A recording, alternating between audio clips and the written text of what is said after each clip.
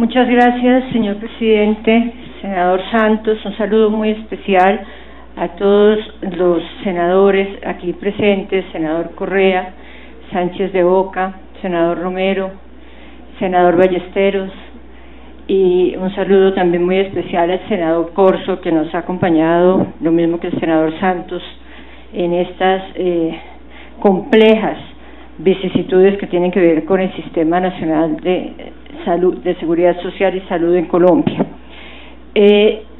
Dado lo avanzado de la hora, yo voy a concentrarme en los temas que preocupan a esta comisión. Señor ministro, no lo saludé. Disculpe usted, señor superintendente, señor interventor, doctor Grosso. No fue el subconsciente, fue distracción. Disculpen ustedes. En los temas que realmente nos convocan a esta sala para básicamente hacer claridad respecto de las actuaciones de la Contraloría, en el caso que tiene que ver específicamente con Saludcop, y en cuanto a las preocupaciones de la Contraloría. Me obliga esto a hacer algo de historia. Yo quisiera preguntarle, tanto al señor ministro como al señor superintendente, si ustedes recuerdan la cantidad de funciones de advertencia que la Contraloría General de la República les remitió, precisamente relacionadas con Saludcop, planteando que estábamos ante un grupo empresarial y que si no se tomaba posesión de todo el grupo, si no había intervención total, máxime cuando Saludcop funcionaba y sigue funcionando como un sistema autosuficiente a sí mismo, se autoprovee de todo lo que necesita o de casi todo, y a su vez se crea su propio mercado y obviamente determina los costos a nivel macro del mercado. No fue posible. Allí nos dijeron en varias ocasiones que realmente estábamos muy equivocados, que no entendíamos nada y que allí no se estaba de ninguna manera distrayendo los activos de Saludcop y que por lo tanto no era necesaria hacer la intervención de todo el grupo. También le preguntamos si había habido alguna gestión, alguna medida para buscar condiciones de mercado más favorables, porque como bien lo dijo el senador Correa, como es además una manera de poder obtener finalmente utilidades, no se puede hacer a través de la cooperativa, efectivamente la estructura de costos no es la más racional ni la más económica. Incluso estuve en la sede y se lo planteé al interventor. Ha habido tímidas gestiones, pero definitivamente estamos muy lejos de lo que sería una administración guiada por criterios empresariales, que finalmente es lo que buscan las privatizaciones para maximizar los beneficios en la lógica del mercado. Y dentro de esa intervención, efectivamente se nos coló por entre los dedos de las manos, yo diría que sumas importantes que corresponden al valor de los activos que se siguieron vendiendo o que se siguieron distrayendo. Miren, aquí ahora me voy a referir a los embargos, pero aquí tenemos ejemplos muy concretos de medida cautelar decretada por Supersalud, no por la Contraloría, y que sin lugar a duda no deja de sorprender porque lo que se hace es vender el activo. La clínica Juan Luis Londoño, Torre Especialistas, durante la intervención se enajena y estaba embargada. Les puedo leer 4, 5, 6 ejemplos, 10, 12, 15, no me voy a detener en eso. Pero ¿qué es lo que evidenciamos? Pues que evidentemente esos embargos no tienen como objetivo claro la preservación de estos activos que finalmente son la prenda general de los acreedores y, por otro lado, y esto es muy importante, son además, en muchos casos, la infraestructura que va a servir para prestar el servicio. Sí, efectivamente las clínicas no están adscritas a la propiedad de la IPS Saludcop, pero tenemos que contar las verdades completas, superintendente, usted y yo. Tampoco muchas de las clínicas son de propiedad de la EPS, muchas están en fiducia, muchas están titularizadas, esos títulos fueron comercializados entre otras a partir de Interbolsa, que se preocupó con la intervención porque dijo, brutos, estos títulos se están garantizando con dineros públicos y ahora con esa intervención quién sabe si debemos seguir colocándolos en el mercado o no. Entonces, ni siquiera hay de verdad una cantidad importantísima de activos que están garantizando no solamente la deuda originada en su construcción, algunas de forma duplicada, sino que además ulteriormente ha habido titularizaciones y operaciones financieras y por lo tanto hay en la calle, no se preocupe solo por los cooperados, preocúpese por los tenedores de títulos, que al final también son dueños de esta infraestructura. Y la pregunta es, yo nunca entendí por qué la plata que se tiene al colocar unos títulos, unos bonos, unos papeles en el mercado, no le entra a Saludcop. Eso no lo he podido entender. O le quería preguntar, doctor Grosso, ¿hubo utilidades en Ecuador? ¿Esa plata le entró a Saludcop? ¿Saludcop sigue siendo dueño de las inversiones en Ecuador que se hicieron originalmente? Entonces, a mí me llama poderosamente la atención que Saludcop sigue manejando las inversiones en el exterior. Yo quiero preguntar si eso realmente es esencial para la prestación del servicio que tanto nos preocupa y si es lógico que una intervención en este estado, después de 3 años, no nos haya presentado un plan para realizar estas inversiones, o es que es inherente, sustancial y está dando un ingreso tan importante que se justifica que usted siga girándole la plata a Chile. Esas preguntas me las hago yo como se le haría a cualquier persona del común, si tenemos presente que estamos hablando ni más ni menos que de los recursos de la salud. Pero a pesar de todo eso, todavía nos sigue generando duda que la actuación de la Contraloría es correcta y ministro, en esto sí quiero decirle que la Contraloría actúa con bastante honestidad intelectual y sobre todo con la capacidad que le da su idoneidad técnica. Seguramente es muy inferior a la del Ejecutivo, pero créanme que con los recursos que tenemos y con el magnífico personal vinculado a la Contraloría hacemos nuestros mejores esfuerzos y gracias a Dios nunca hemos tenido que retractarnos de nuestras cifras y de nuestros planteamientos.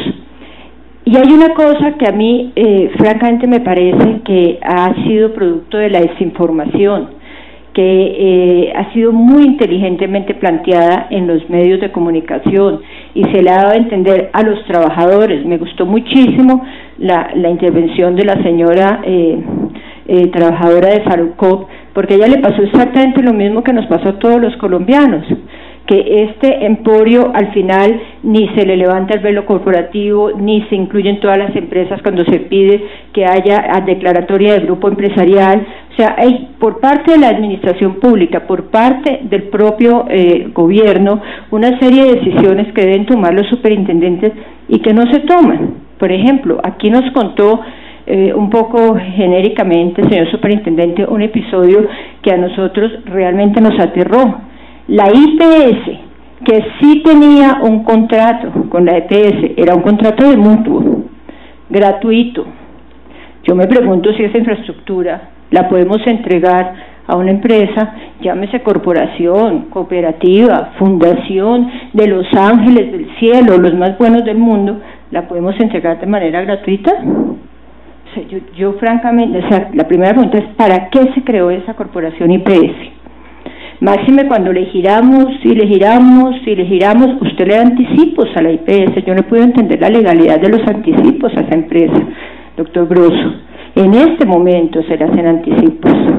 Entonces yo digo, pero ¿esto qué es? Pues bien, sí existía un contrato de mutuo y de mutuo gratuito. Lo que pasa es que no se renovó. Pero si no se renueva, ¿qué sucede?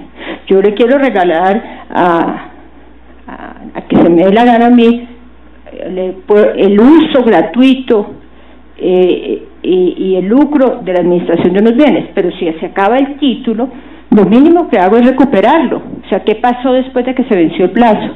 ustedes reintegraron y le aclararon a la IPS que en lugar de seguir girándole nómina, tiene toda la razón la señora trabajadora, que en lugar de seguir asumiendo los costos administrativos de esa IPS, que todavía no hemos entendido para qué fue creada, iba a ser el propio Salucop que se iba a hacer cargo de esa administración, o es que hay una razón objetiva para que siga existiendo y siga teniendo esos costos. O explíquenme ustedes por qué se elegirá la UPC al Fondo de Empleados Progresa. Esa es otra cosa que yo no he podido entender. ¿Y qué pasa con los copagos? ¿Y qué pasa con las cuotas moderadoras? Eso no habíamos dicho que era recurso público. ¿Por qué no le entra al doctor Grosso? ¿Eso dónde está? Esas son preguntas que de verdad son las preguntas del millón y termina siendo muy difícil entenderlas, porque finalmente nosotros trabajamos sobre los papeles de la auditoría, que es un control inmediato, porque decidimos ser eficientes, pero ex post facto, ¿no? Y realmente el control interno decidió que no tenía la función de informar irregularidades a los órganos de control, de tal manera que lamento contarles que esto pasa. Me gustaría más contarles que no ha pasado. Bueno, y en toda esta situación proferimos un fallo que yo no me quiero victimizar, pero sí quiero decirle que si a mí me ha ido mal, hay 40 funcionarios de la Contraloría General de la República que están siendo llamados a Fiscalía por decisiones relacionadas precisamente con el tema de Salucop. Y tenemos la clara prueba y evidencia de la relación directa entre cada una de las actuaciones que afectan o benefician a Salucop y las personas que son llamadas a esa entidad investigativa. Pues bien, en buena hora la Contraloría se resiste a esas presiones, profiere un fallo y le dice, mire, y se lo he dicho al ministro personalmente, mire señores, les devuelvo 1.4 billones de pesos. Si hay una buena gestión, hay activos suficientes para recuperar, y usted lo sabe, doctor Grosso, no digan que no hay plata, que es un fallo para marcar, pero entre más nos obstaculicen, más facilitamos que esta prenda general de los acreedores vaya desapareciendo, porque uno amanece y cada día, por cualquier vía de las más extrañas, por ejemplo, el famoso programa Seven, que al parecer es su hermana, la creadora intelectual de ese programa, el programa ya no pertenece a Salucop, a pesar de que se creó con plata de la salud. Se creó una empresa que se llama Geón, la empresa Geón terminó con un partner, con un gemelo, yo no sé cómo se llama eso, en Panamá hizo acuerdos empresariales o sociedades o no sé qué con otras empresas, Digitalware, que son grandes prestadores de servicios informáticos aquí, al Congreso, a la Contraloría, en fin, y todo eso es explotando unos aplicativos que se crearon con plata de la salud, los valoraron en una cantidad de plata, 17 billones, no me acuerdo, o 4.5, bueno, en fin. Entonces yo me pregunto, ¿está bien que el programa Seven ya no sea de Salucop? ¿Le ha entrado alguna utilidad a Salucop? ¿Sí o no? De eso no hacemos gestión. ¿A usted no lo llaman a las juntas directivas? ¿Usted no nombra a los gerentes? ¿Seguimos con los mismos gerentes de antes en toda esta red que cada vez se aleja más de la lógica de la salud? Y en ese contexto tan complejo, tan difícil de entender, tratando de descifrar cotidianamente esta y otras marañas, porque que quede claro que Salucop no es la única EPS, y quede claro que tenemos más de 800 procesos de responsabilidad, y que quede claro que ya se han decidido más del 40% de estos procesos y ha habido recuperaciones importantes en el sector salud. Y por eso, o sea, cuando ustedes piensen si la Contraloría ha hecho o no ha hecho algo, pues ustedes piensen cuál ha sido el trato que ha recibido este ente de control por parte de personas interesadas con influencias importantes en altas esferas. Pero no importa, porque tenemos claro cuál es la tarea. Y si uno no lo asume, pues no puede quedarse solamente con los honores. Creo que en eso compartimos todos los que estamos aquí sentados exactamente la misma posición ética. Entonces, en ese orden de ideas se logra proferir este fallo, se inicia una tarea o se continúa, porque ya se venían decretando los embargos. A mí me dijo el ministro muy sabiamente, me dice, pero si nosotros le hemos embargado algunos decretos de embargo que ustedes han hecho, han procedido, sí, y otros no. Pero ¿sabe cuál es el problema? El ministro nos acaba de contar aquí, como se lo contó al diario El Tiempo, que no iba a obstaculizar los embargos de la Contraloría, que no entendía cuál era el problema que yo tenía. Y resulta y pasa que yo no les mencioné lo de la Fiscalía por la mera finalidad de victimizarme, ni mucho menos, sino para decirles que realmente uno en esto no sabe cómo actuar, porque es que lo que un día es legal, otro día se vuelve ilegal. Entonces, aquí en esta decisión es muy claro que el señor superintendente da unas órdenes, casi que son las del formato, las que corresponden dar, y las órdenes efectivamente se refieren, por un lado, a los embargos que ya se hubieran sido decretados, pero también se refiere a los que se vayan a practicar. ¿Por qué? Porque cuando hace referencia a los procesos ejecutivos, yo no encontré, pero yo me lo sé, que no me preocupe, cuando se refiere, dice, y no decretar las medidas que surjan de un proceso de ejecución, pues también nos está cobijando a futuro. Y cuando nosotros estamos en el artículo 3º, cuando nosotros estamos en jurisdicción coactiva, la jurisdicción coactiva pues es eso, es identificar bienes y venderlos, es un proceso ejecutivo donde ya no se discute el título. Y entonces yo quiero decirles, si alguna vez ustedes han sido llamados a alguna diligencia de la Fiscalía, mire aquí dice, la suspensión de los procesos de ejecución en curso, el nuestro, y la imposibilidad de emitir nuevos procesos de esta clase contra la entidad objeto de toma de posesión y de intervención forzosa administrativa para administrar por razón de obligaciones anteriores a dicha medida. Esta es la letra C, artículo 3º. Esto no nos lo explicó, pero yo sí le agradecería, señor superintendente, que usted me aclarará frente a la ley que es perentoria, que es de orden público, que cuando hay una intervención ordena levantar los embargos, la cancelación de los embargos decretados con anterioridad a la toma de posesión y intervención forzada administrativa para administrar y afecten bienes de la entidad. Cuando las autoridades se reducen a cumplir esta orden, la Superintendencia de Salud librará los oficios correspondientes. Esto es una fórmula de ley, de una ley que vincula, una ley proferida por el Congreso de la República.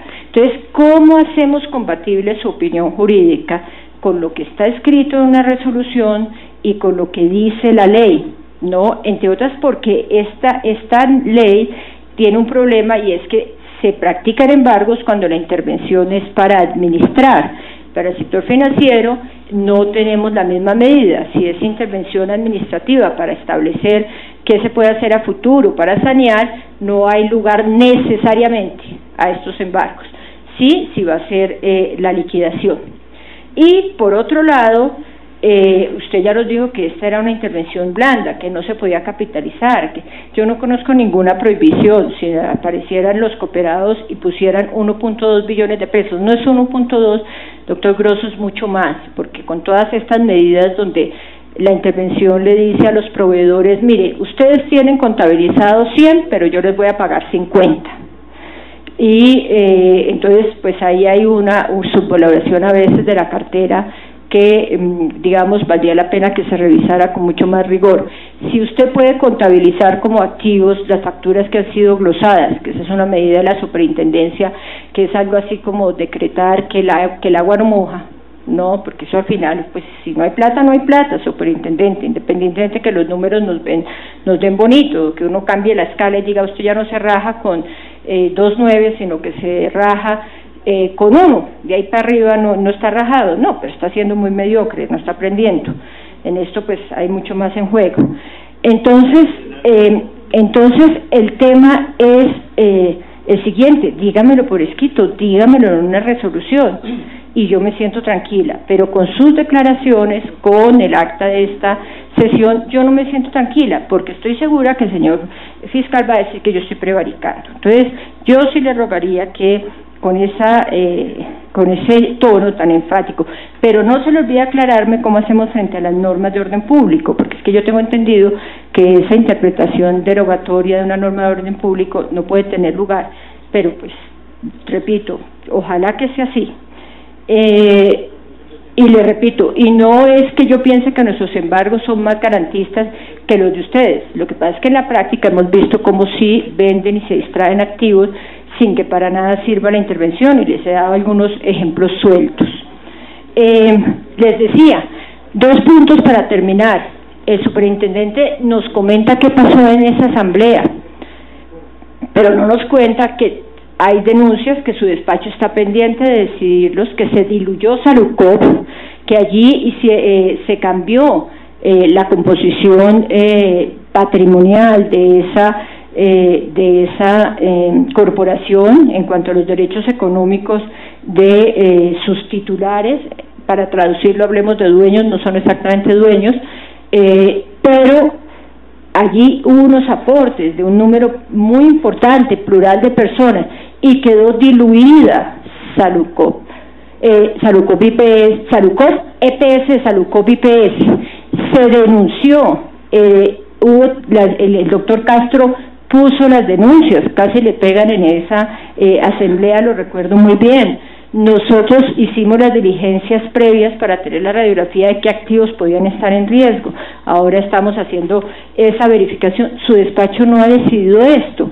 Entonces, antes de que operara esa dilución, la intervención no era capaz de manejar la IPS, porque usted no lo acaba de contar.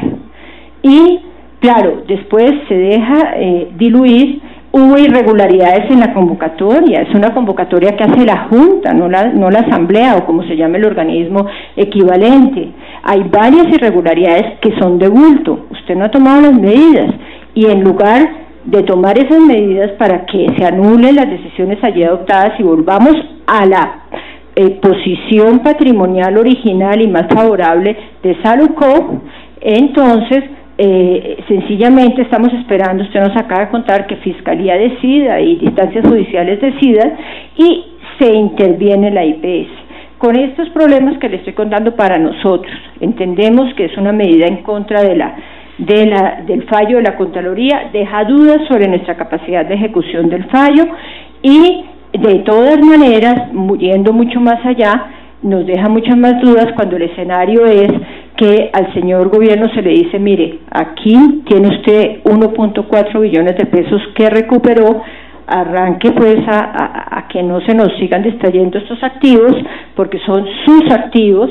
¿Usted qué hace como gobierno con esos activos? Obviamente siempre afectos a la salud. ¿Paga cartera? Claro que hay para pagar cartera, ministro, quédese tranquilo de eso. Hay para pagarle los aportes a los cooperados, que si son santos, pues puede ser que sean santos, pero lo que no nos queda claro es que sean buenos administradores. Lo que no nos queda claro es que hayan controlado adecuadamente la administración. De ahí a imponerles una sanción fiscal a todos, obviamente hay gran distancia, porque si no quisieron proteger su aporte y su cooperativa, pues en cierta medida tienen la libertad de hacerlo. Por eso es que no están condenados, por esa sencilla razón. Pero si estuvieran condenados no importa, porque tal y como nos lo informaron acá, allá siguen personas que debían ser removidas, directores, la jefe de personal, viene de la anterior administración, pero ella sigue allí, el gerente comercial sigue allí, los que manejan las IPS locales, Bucaramanga, Santander, en fin, siguen allí. Entonces, digamos que había medidas, por un lado la propia administrativa que está en mora de tomar su despacho, señor superintendente, y por otro lado las elementarísimas laborales, porque efectivamente el señor Cano al parecer tenía pues su propia hoja de ruta y eso los preocupaba a ustedes, entre otras porque les podía poner en crisis el servicio. Se lo habíamos entregado, no recuperamos las clínicas, están a título gratuito, ¿no? Y yo me pregunto, si las clínicas se entregan el título gratuito, se acaba el título, ¿por qué no recupera las clínicas? Esto es independiente de que la IPS sea ahora de otros señores. O sea, hay muchas otras medidas que de pronto no hubieran obstaculizado el cumplimiento de nuestro fallo. Y lo último y lo más importante, la Contraloría adopta la decisión teniendo plena conciencia que aquí no se van a liquidar los seres humanos, si las cosas se hacen bien, claro está. Si se hacen para demostrarle a la Contraloría que estaba equivocada, la crisis no va a ser del sistema de salud, va a ser sistémica, va a ser del sistema financiero. Otra pregunta, ¿hemos privilegiado créditos financieros sobre pago a los proveedores? Porque aquí lo que se garantiza es el derecho a la salud, doctor Grosso. Esa es otra pregunta gruesa que tiene la Contraloría para formularle. Cierro el paréntesis y digo, aquí no se van a liquidar los trabajadores, no se van a liquidar los pacientes. Obvio, señor superintendente, usted como experto del sector sabe muy bien que no hay una infraestructura en el país capacitada para recibir, con base en el último decreto que ustedes sacaron y que pues ha permitido la solución en casos infinitamente más pequeños, aplicárselo, y el ministro en buena hora le hace caer en cuenta de esto a Saludcop. Estaremos hablando de 5 estrictamente y de 7 si incluimos a Salud Blanca y Café Salud. Entonces, el tema no es de poca monta. Lo que pasa es que los colombianos sí hemos vivido experiencias en otros sectores que nos muestran que quien sea el dueño, entre comillas, el que sea el titular de los derechos económicos de una persona jurídica, que es una ficción, que es la ficción que se inventa el ordenamiento jurídico para poder decir que unas cosas que no tienen vida, tienen bienes y que tienen derechos y obligaciones, y yo no voy a dictar aquí una clase de bienes, no tiene nada que ver con la prestación del servicio y no tiene absolutamente nada que ver con la garantía efectiva del derecho a la salud.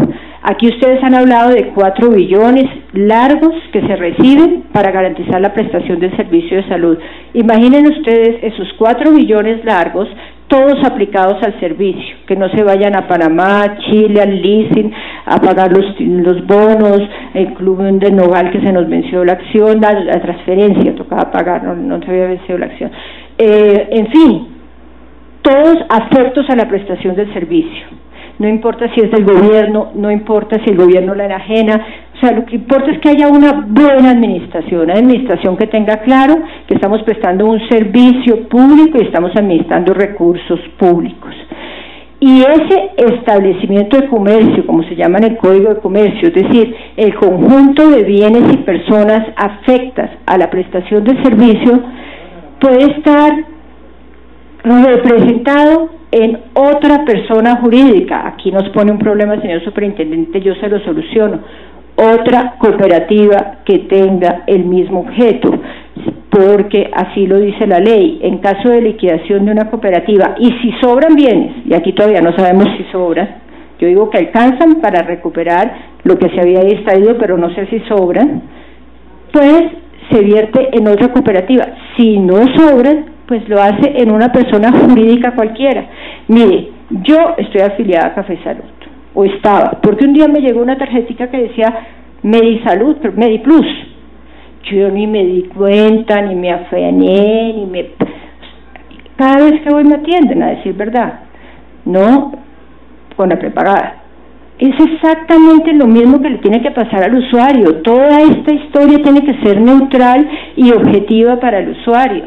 Toda esta preocupación, que es muy válida, al final nos coloca como si fuéramos los tutelantes y los responsables. Usted siempre habla de responsabilidad del Estado y hace bien, porque yo me cuido mucho de lo que digo para no generar futuras demandas, pero a veces uno nombra tanto las cosas que como que las atrae.